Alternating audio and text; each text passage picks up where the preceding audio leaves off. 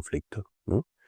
El proceso de constitución de la clase trabajadora en la Argentina en ese último tercio del siglo XIX tuvo particularidades muy interesantes de analizar. Como expresión o como parte de esa clase trabajadora surge un movimiento social, ¿no? Que denominamos, apelando a una categoría muy clásica de la historia, y no solamente una categoría de los estudios, sino una realidad, ¿no? Un concepto que era un concepto vivo, que era relevante para los propios protagonistas. Por ejemplo, en Europa, ya desde el siglo XIX, apelamos a la categoría movimiento obrero. Es decir, aquellos que se organizan, dan vida a instituciones gremiales, a cooperativas, a bibliotecas, a un mundo social, cultural, político muy rico, con grandes debates ideológicos. Bueno, esa porción organizada, que no integra el conjunto de la clase, objetivamente, es lo que denominamos movimiento obrero, ¿no? Es la diferencia entre un movimiento social y una fracción, o una parte de la sociedad que está sometida a una determinada, a una serie de relaciones sociales de producción que determina su definición como trabajadores o trabajadoras. Y en el caso de Argentina, entonces, la clase trabajadora surge también a medida que se va desarrollando la economía local, una economía, sobre todo en la zona litoral, vinculada a mercado exportador. Y el movimiento obrero, ¿cómo surge, digamos? En este caso, digamos, que entiendo que debe tener una vinculación muy fuerte también con la inmigración, con el proceso de inmigración, en parte. em, ¿Cómo serían esas condiciones de surgimiento? Bueno, primero, obviamente, para explicar el surgimiento del movimiento obrero hay que ver las características que tuvo la clase trabajadora, ¿no? En ese último tercio, para poner un periodo, Mm. de 1870 en adelante. Es una clase trabajadora con varias particulares. En primer lugar, un país que tiene una densidad de población muy escasa, muy baja, entonces debió recurrir inevitablemente a la mano de obra extranjera.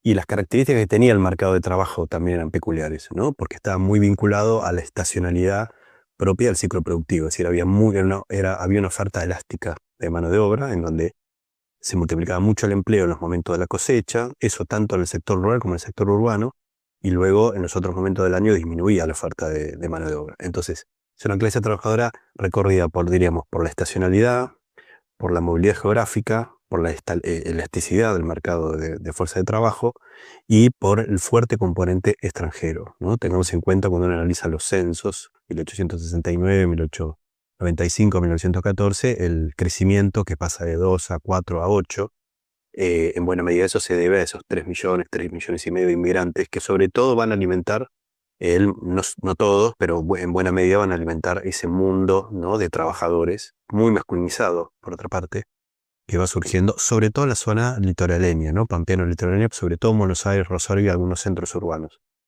Es una clase trabajadora muy dispersa, muy fragmentada, no es fácil de organizar.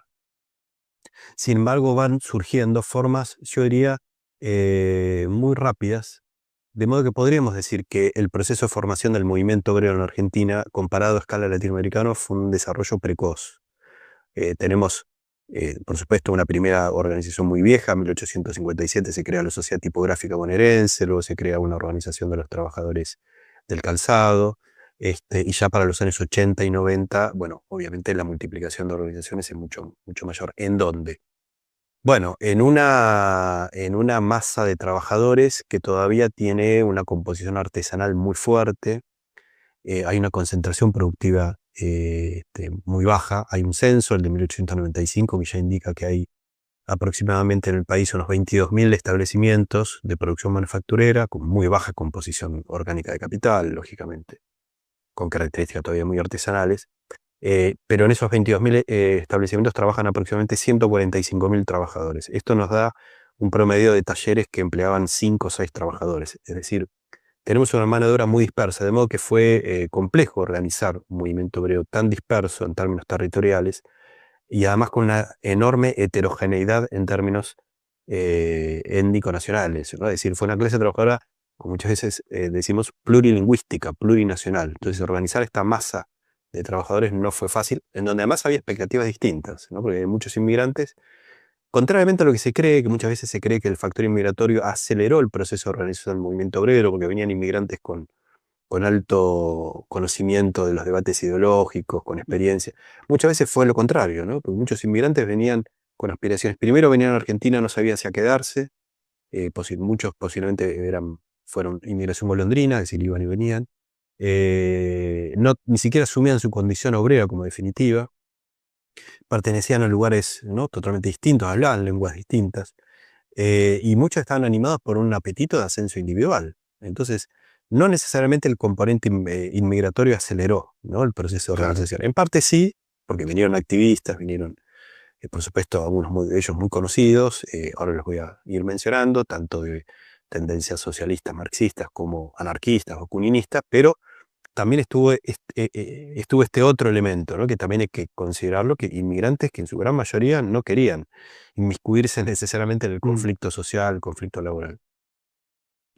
Y bueno, me dejaste picando varias cuestiones ahí que muchas van a terminar siendo objeto de otros programas más adelante, Sí, claro. pero acá vale la pena mencionar. Pero quería preguntarte sobre este vínculo entre eh, etnicidad, si se quiere, entre comillas, este componente artesanal también, ¿de qué manera influyen las formas de organizar, ¿no?, este movimiento obrero? Digo, en un comienzo, bueno, nombraste algunas primeras asociaciones, digo, la de tipográficos es archiconocida, Sí. eh, pero establecimientos muy chicos, muy artesanales, donde seguramente los trabajadores tenían un tipo de em, habilidad muy propia y que Ujú. les permitía también esta cosa más individualista, ¿no? Y demás. ¿Cómo funciona esto? ¿Cómo se va logrando amalgamar todo esto en Y un... por eso fue complejo, por eso la primera forma de organización que uno puede detectar, algunas de ellas muy tempranas, en los años 60, 70, se generalizan mucho más en la década del 70 y los 80, es un tipo de organización de tipo social corporativa, ¿no? Entonces son organizaciones de tipo mutualistas. Algunas tienen que ver directamente con el oficio, ¿no? Son estas, la de los tipógrafos, la de los zapateros, la de los panaderos, que es otra muy temprana. Eh, pero algunas de ellas incluso tienen una impronta étnico-nacional, es decir, se agrupan, ¿no?, muchas veces trabajadores, artesanos, trabajadores y patrones en una misma entidad, es decir, no son necesariamente todavía organizaciones que están constituidas sobre una identidad clasista. Uno diría que las primeras entidades de ese tipo son las llamadas sociedades de resistencia, que uno sí empieza a encontrar de manera más clara en los años 80 y 90. Se empiezan a generalizar estas formas de sociedades de resistencia, de pintores, de panaderos, tipógrafos, albañiles, ¿eh? Estamos hablando de un país en donde la construcción tiene un papel muy importante, ¿no? Ahí se albaniza, se constituye un mundo de trabajo muy rico, pintores, albañiles. Y bueno, luego, por supuesto, todos los trabajos tienen que ver con el sector transporte y comunicación, ¿no?, que ese va a ser un sector que se va a desarrollar mucho ya hacia fines de siglo y va a ser fundamental para entender la historia del movimiento obrero, porque ahí van a cumplir un papel, por supuesto, sabes muy bien, los ferroviarios y los marítimos, un papel fundamental, ¿no?, en la organización del movimiento obrero. Te pregunto, nombraste anarquistas, socialistas, mutualistas. ¿Qué diferencia, qué tienen en común o qué los diferenciaría cada uno de estas tendencias que supongo que también, supongo no, sé que también que al propio interior de ellos tienen también diferentes posiciones, ¿no?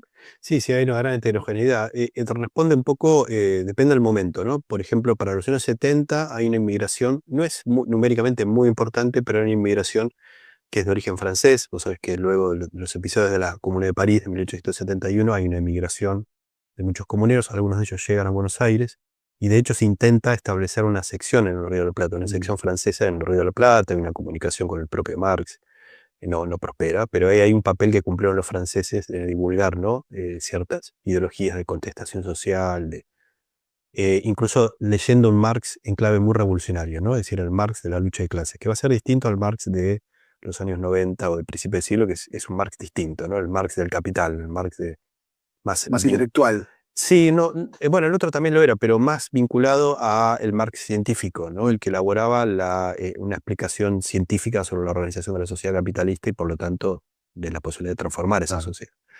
Entonces, el papel de los franceses fue muy importante en ese periodo, y luego en los años 80, después de las medidas antisocialistas de Bismarck, del canciller alemán Otto von Bismarck, también viene una inmigración alemana que va a cumplir un papel muy destacado, ¿no? Entre ellos, bueno, un cuadro socialista, marxista, que es Hermann Abel Alliemann, que va a tener un papel decisivo en la organización de una serie de periódicos, de asociaciones que van surgiendo. O sea, en los años 80 hay que mencionar a fines de la década del 80 la formación de la sociedad Vorwärts. El Vorwärts es en alemán la traducción sería adelante, un club social que agrupa a los trabajadores, difunde las teorías del socialismo y saca un periódico, ¿no?, del mismo nombre, que va a tener un papel clave en la difusión de la doctrina marxista, por lo menos en Buenos Aires.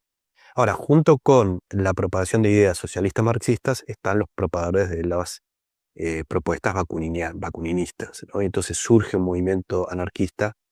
En los primeros años, diría 80 o principios de los 90, todavía de menor envergadura que la corriente socialista marxista, y muy dividido, ¿no? Es decir, el anarquismo presenta distintas variantes.